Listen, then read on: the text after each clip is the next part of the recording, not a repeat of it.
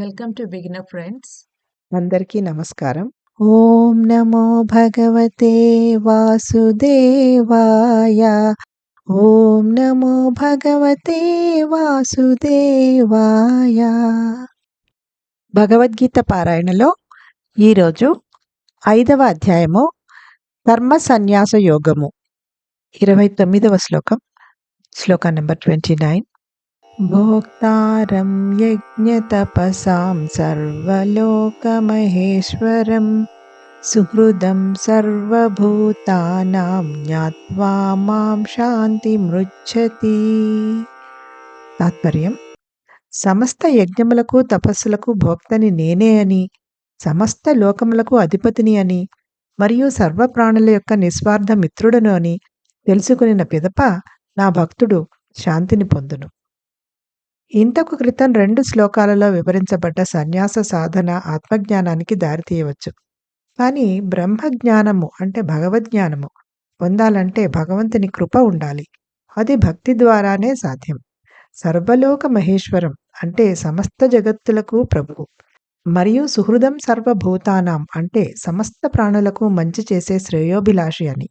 ఈ విధంగా సన్యాస మార్గం కూడా అన్ని తపస్సులకు నియమిష్టలకు భగవంతుడే భోక్త అన్న జ్ఞానంతో ఈశ్వర శరణాగతి ద్వారానే పరిపూర్ణత పొందుతుంది అని ఉద్ఘాటిస్తున్నాడు.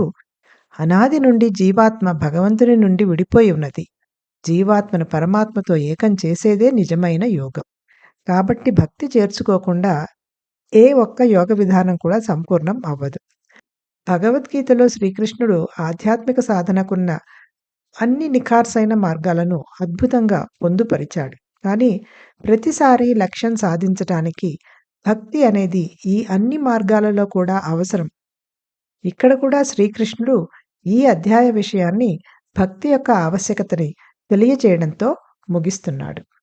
Meaning of the shloka is: my devotee attains peace having realized me as the enjoyer of all sacrifices and austerities, as the supreme lord of all the worlds and the selfless friend of all living beings. The ascetic sadhana explained in the previous 2 verses can lead to Atmajnana, that is the knowledge of the self. But Brahmajnana, that is the knowledge of God, requires the grace of God, which comes through devotion. The words Sarvaloka Maheshwaram mean sovereign lord of all the worlds, and Suhridam Sarvabhutanam means benevolent well-wisher of all living beings. In this way, he emphasizes that the ascetic path too is consummated in surrender to God, with the knowledge that the Supreme Lord is the enjoyer of all austerities and sacrifices. The soul is disconnected from God since eternity. True yoga is that which unites the soul with the Lord. Hence, no system of yoga is complete without the inclusion of bhakti.